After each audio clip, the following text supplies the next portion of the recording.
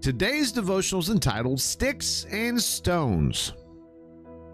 As kids, we used to have a saying, "Sticks and stones may break my bones, but words will never hurt me." It was a way of protecting ourselves when someone would try to attack us with their words. That we were safe because those words didn't hurt us like a stick or stone does. But the more that you realized, sometimes sticks and stones actually hurt less.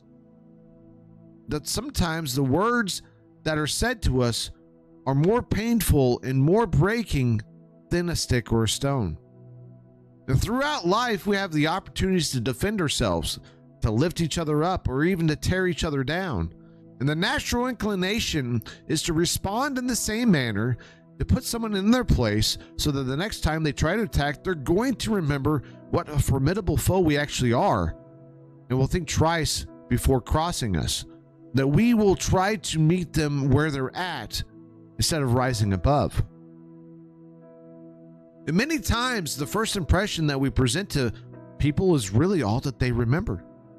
That this is the manner who we are in their eyes.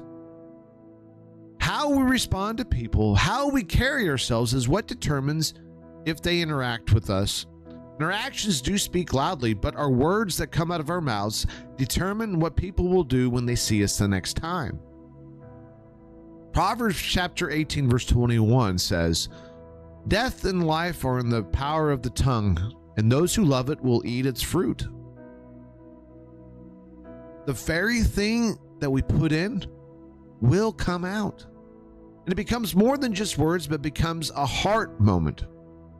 That we have the ability to speak life into people just as easy as speaking death and destruction into their lives. Where physical wounds can heal and eventually go completely away, that people will never see a broken bone or even a cut. Words have a lasting ability to stay with a person forever and can alter who they are even after they've been spoken and before you even say another word to them. Speaking words of kindness and love, they cling to people as easy as words of hate and destruction. Colossians chapter 4 verse 6 says, "Let your speech always be gracious, seasoned with salt, so that you may know how you ought to answer each person." Paul here hits it right on the head, that we have to be gracious with everything we say, that this has to be seasoned with salt.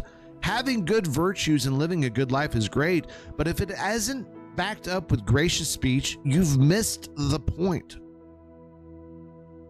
You may not cuss, but you might curse. You may not say that F word to someone, but if you call them a failure, it's the same thing. Now think back on moments in your day where you thought, "I'm so glad I didn't cuss in that situation." But you called somebody a failure. You snapped at a coworker, spoke behind their back, calling them names. It might seem innocent at first, but in the end, it actually carries a lot of weight.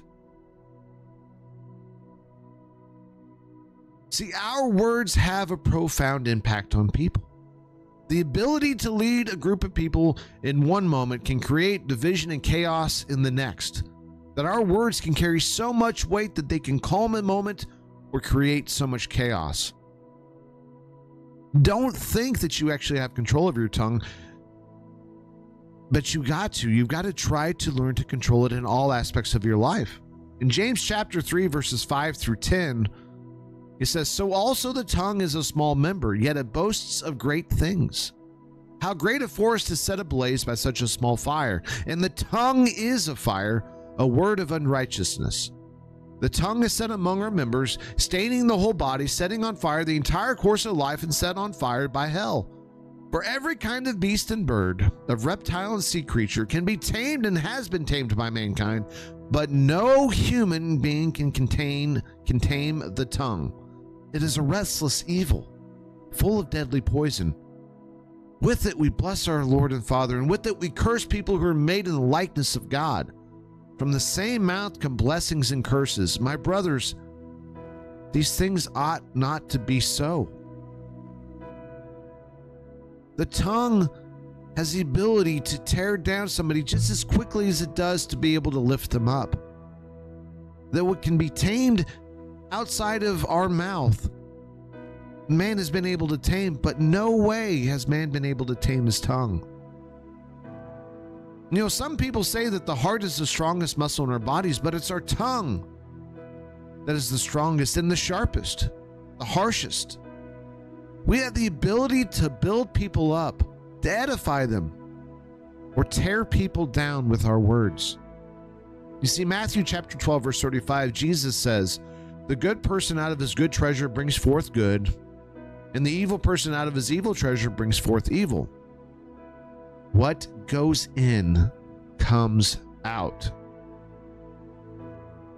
Yeah, you might not curse.